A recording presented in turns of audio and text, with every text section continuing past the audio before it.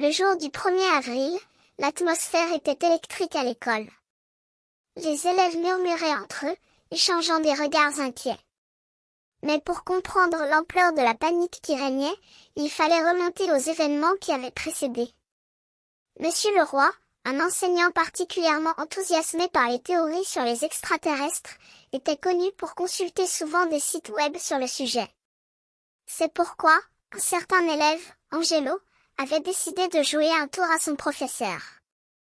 Il avait posté sur un blog une histoire d'invasion de robots géants prévue pour le 1er avril, un jour avant l'invasion prévue des extraterrestres. Mais ce n'était pas tout. Angelo avait également mis en place un système pour faire croire que les extraterrestres étaient réellement à l'attaque. Vers midi, les lampes de l'école commencèrent à clignoter, créant une atmosphère de panique.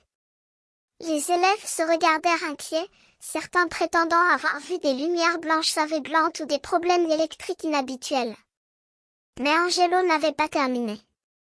Il avait programmé le système de sonorisation pour diffuser une voix menaçante, répétant « Attention, urgence ! Les extraterrestres ont débarqué !» Les élèves, déjà sur les nerfs, commencèrent à paniquer. Certains se précipitèrent vers la sortie, criant « Les extraterrestres ! Ils sont là !» Mais Angelo, qui observait la scène avec un sourire satisfait, comprit qu'il avait peut-être poussé trop loin. Il essaya de rassurer ses camarades, leur disant que tout était une blague, mais il était trop tard. La panique avait pris le dessus. Finalement, Angelo comprit qu'il avait fait une erreur. Il avait oublié que les gens peuvent être très crédules et que les blagues peuvent aller trop loin. Il se précipita pour réinitialiser le système et effacer les preuves de sa plaisanterie. Mais le dommage était fait.